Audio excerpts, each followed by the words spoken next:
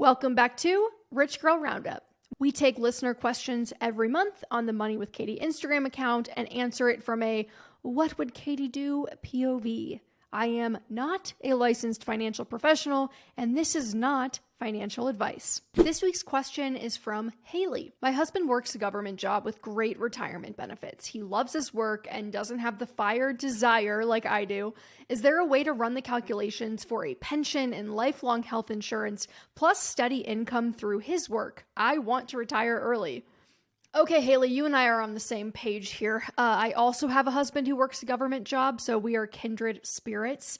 I am struck by this question because while we are approaching it as a fire exercise, what it really boils down to is the relatively common family question, which is, can we afford to drop down to a single income and still retire?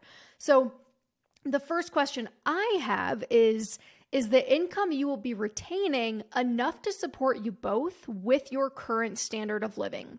That will make a big difference in the answer today. So let's break down this question into a few different components. We have the pension aspect, we have the healthcare aspect, and we have the continuing steady income aspect.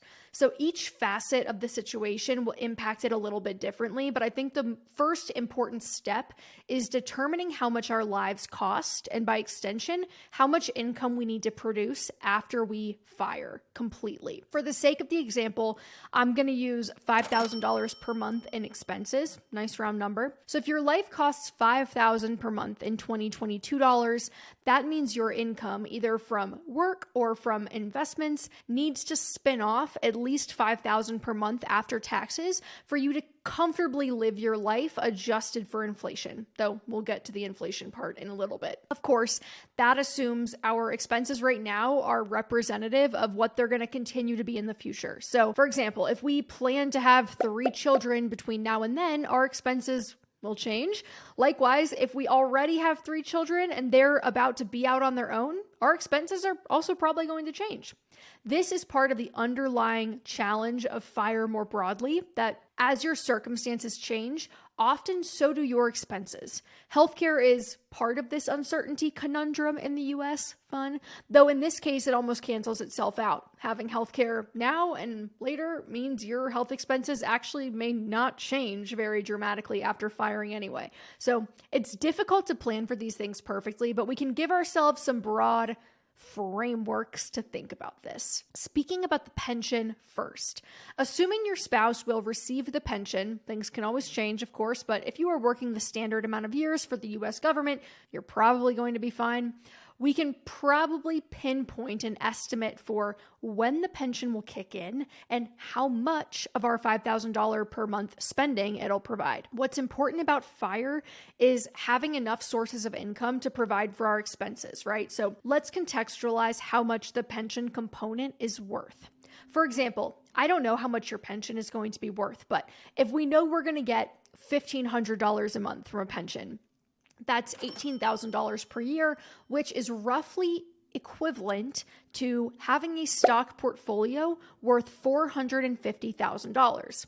We can calculate this by multiplying $18,000, the annual income from the pension, by 25 to understand what number $18,000 represents 4% of, right? So we're really just taking the inverse of the 4% rule.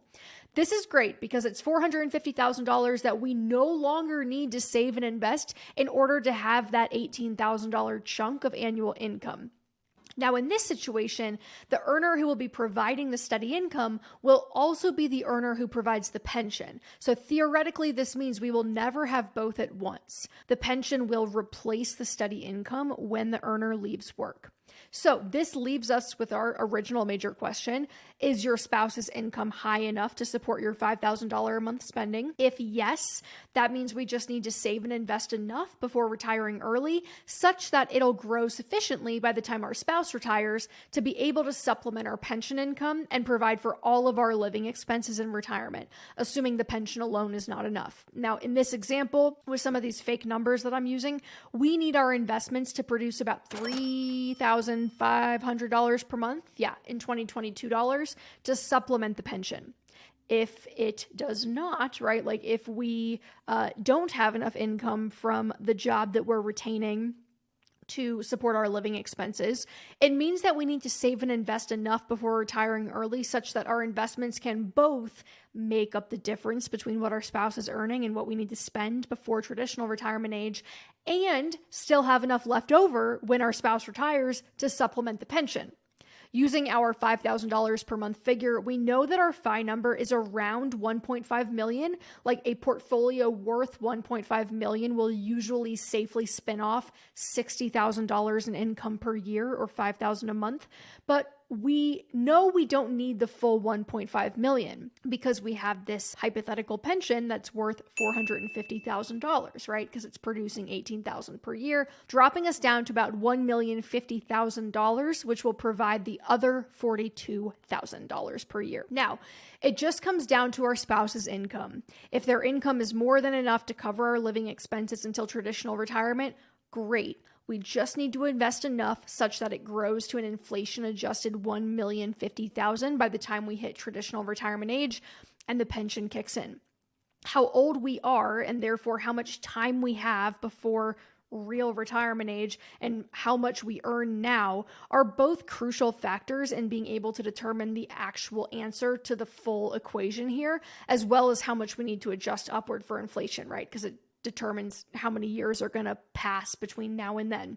But hopefully this framework gives you a sense for how to think about solving this problem in your own life.